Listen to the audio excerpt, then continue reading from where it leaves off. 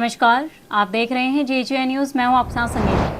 हल्द्वानी में सोमवार को सांसद अजय भट्ट की अध्यक्षता में जिला विकास समन्वय और निगरानी समिति दिशा की बैठक आयोजित की गई। तो वहीं बैठक में विधायक सुमित हृदय सहित जिले के विभिन्न विभागों के अधिकारी मौजूद रहे। आपको बता दें, बैठक के दौरान सांसद अजय भट्ट ने बिजली विभाग के अधिकारियों की कार्य प्रणाली पर नाराजगी जताई और लापरवाही को लेकर कड़ी फटकार लगाई। उन्होंने कहा कि RDSS योजना के तहत चल रहे कार्य और उनकी प्रगति की जानकारी जनप्रतिनिधियों को समय पर उपलब्ध नहीं कराई जा रही है, जो गंभीर विषय है। उन्होंने अधिकारियों को इस विषय में तत्काल सुधार करने के निर्देश दिए। तो वहीं मानसून को देखते हुए सांसद ने सभी विभागों को आपसी समन्वय के साथ तेजी से कार्य करने के निर्देश भी दिए। उन्होंने कहा कि किसी भी आपदा या आपात स्थिति में दूरस्थ और ग्रामीण क्षेत्रों तक राहत सामग्री समय पर पहुंचनी चाहिए, ताकि आम जनता को किसी प्रकार की असुविधा का सामना न करना पड़े।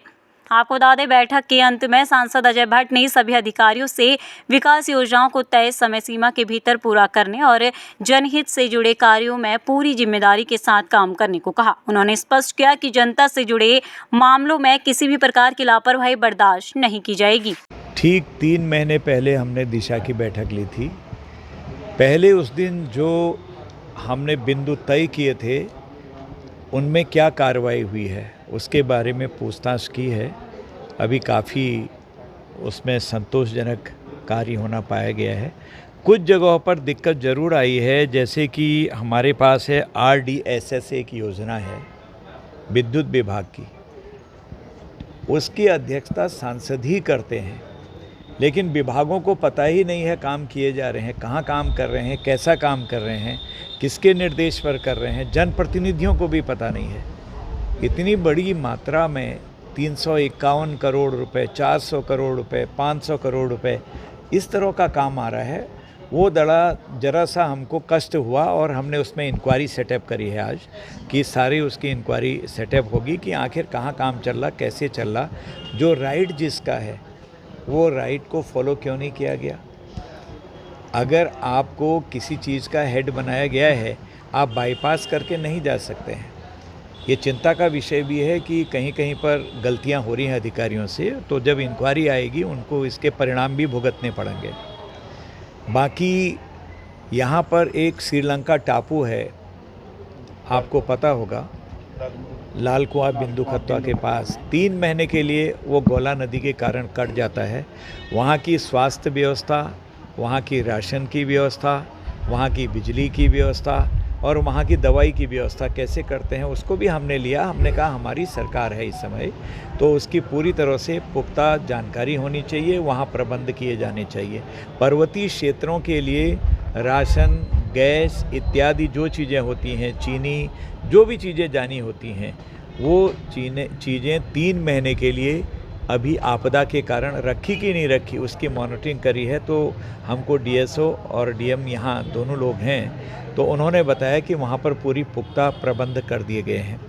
इस तरह से कई विभाग ऐसे हैं, जैसे अभी हमारा date of completion mental hospital बनना है गेठिया में, वो पहले हो जाना चाहिए था जून में, कतिपय कारणों से नहीं हो पाया। तो हमने कहा इसको भाई सितंबर तक तो करके दो, क्योंकि प्रदेश में सिर्फ एक ही मेंटल हॉस्पिटल है, सेलाकुई देहरादून में। लोग जाते हैं इतने बड़े प्रदेश से तो सीट नहीं मिलती है। कम से कम हमने कहा इधर के लोग इधर आ जाएं, उधर हमारे उत्तरकाशी, चमोली, कहाँ बद्रीनाथ जी से तक लोग दिखाने के लिए आते हैं, इधर मुनस्यारी से लोग आते हैं, डीडी हाट से आते हैं, धारचूला से आते हैं। हल्द्वानी में जो प्रमुख समस्या आज मैंने उठाई है माननीय सांसद जी के सामने, क्योंकि हल्द्वानी जो शहर है पूरा लगभग 60% तक नजुल भूमि पर है और इसमें कई भवन जर्जर अवस्था में हैं और ऐसे भवन हैं जो लगभग मैं समझता हूँ 80 से 90 से 100 साल के आसपास के होंगे और वो बिल्कुल गिरने की अवस्था में हैं।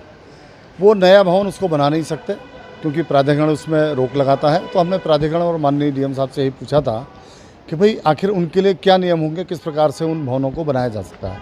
आज जो मुख्य रूप से बहुत सारे मतलब पहले भी हमने समस्याएं उठाई, लेकिन आज जो प्रमुख रूप से समस्या उठाई, इसी समस्याओं को हमने इसमें उठाया। स्मार्ट मीटर हल्द्वानी में एक बड़ी समस्या बन गया है। लोगों के 3-3, 4-4 गुना बिल आ रहे हैं, लोग। हाँ, नहीं, उसमें आज बातचीत उठी है और उसमें जो बिजली विभाग के लोग थे UPCL वाले, उन सभी ने कहा है हाँ, नहीं, उन्होंने इस बात को नकारा है कि वो दबाव बनाकर लगा रहे हैं, लेकिन उन्होंने इस बात को ज़रूर कहा है कि कहीं पर अगर पहला बिल कोई गलत आ भी गया तो दूसरे बिल से उसमें कोई गलती नहीं पाई जाएगी। और उन्होंने ये भी कहा है कि वो अगर किसी भी स्मार्ट मीटर में कोई गलत या कोई बिल ज़्यादा आता है, वो तुरंत हमें बिजली विभाग को सूचित करें और उसका तुरंत उसका समाधान भी होगा। और उसमें ये भी कहा गया है कि जो उनका पुराना मीटर है वो भी उनके निवास पर लगा रहेगा और नया मीटर भी हम स्मार्ट मीटर भी लगाएंगे। और अगर इस प्रकार की कोई गलती पाई जाती तो दोनों को चेक मीटर के रूप में पुराने मीटर को भी प्रयोग किया जा सकता है। फिलहाल इस खास खबर में बस इतना ही। बाकी की तमाम खबरों के लिए आप बने रहिए JJ न्यूज़ के साथ। धन्यवाद।